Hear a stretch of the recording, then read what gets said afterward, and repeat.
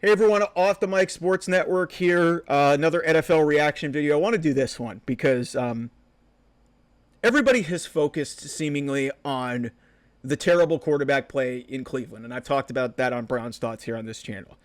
But I think we need to really start putting our focus on the biggest disappointment in the NFL this season, and that is the New York Jets.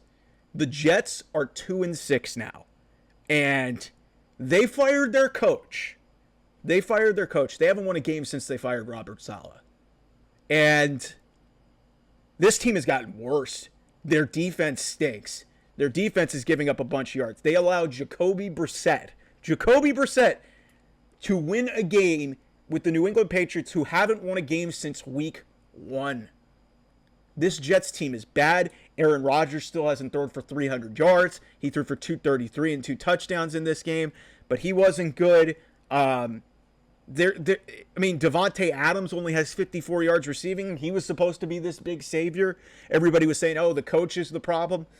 This team has gotten worse.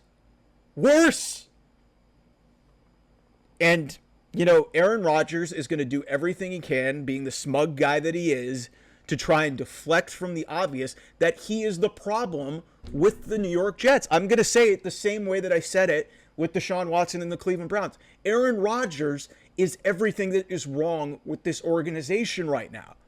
And for you Jets fans who want to think that Aaron Rodgers is going to change and uplift this team at 40 years old, or I think he's 40 years, I don't really even care. But every single move that has been made to accommodate this guy has not worked.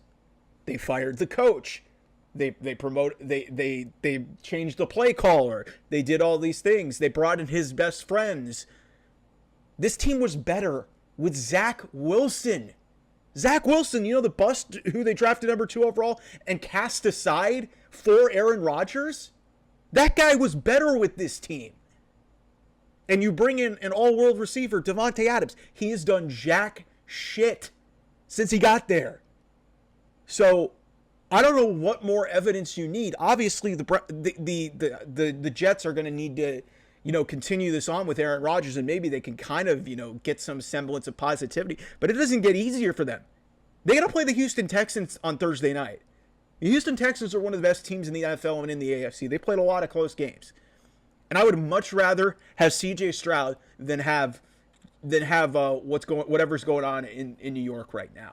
Like, this is just an unmitigated disaster, considering they lost to Denver at home without scoring a touchdown. You lose to the Patriots. You lose a winnable game at home against the Buffalo Bills after you fired your coach. You lose in London to the Vikings. You get blown away in Russell Wilson's first start for the Pittsburgh Steelers. You give up 37 points in that game. San Francisco, okay. But your 2 wins this season are back-to-back, where you won at Tennessee, one of the worst teams in the NFL, and you beat the Patriots at home. And then you lose on the road at New England this week. So here's what the rest of the season looks like. This could get really bad for the Jets moving forward. The rest of the season, they play on Halloween against the Texans. That is a home game for them. Good luck with that. Then you go to Arizona. Arizona's playing some good football right now. The Cardinals. Then you got the Colts. Sunday night game. Colts, fine. Seahawks. Then you're at Miami. Miami looks a little bit better. They're a little bit of a problem. At Jacksonville. And then you got the Rams at the Bills. And then you host the Dolphins at the end of the season. This season's done for the Jets. At 2-6, they have the same record as the Browns, and I feel more optimistic about the Browns than I do about the Jets. And the Jets have their starting quarterback that they banked on, and yeah, he's played better than Deshaun Watson was playing, but Aaron Rodgers is by no means the savior of this team. So to lose that game, in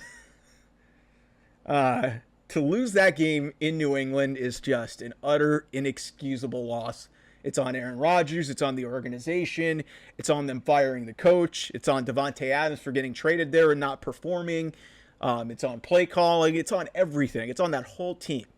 And what a mess that team is. And, As I'm sitting here being joyful as a Cleveland Browns fan, I know a bunch of Jets fans, and I know they're demoralized because they were expecting a lot more out of this team, and to be where they are 8 games into the season, and facing the Texans on Thursday night, and then you got some tough games coming down the stretch. Like, it's not going to get easier for them, and they still got to play Buffalo on the road.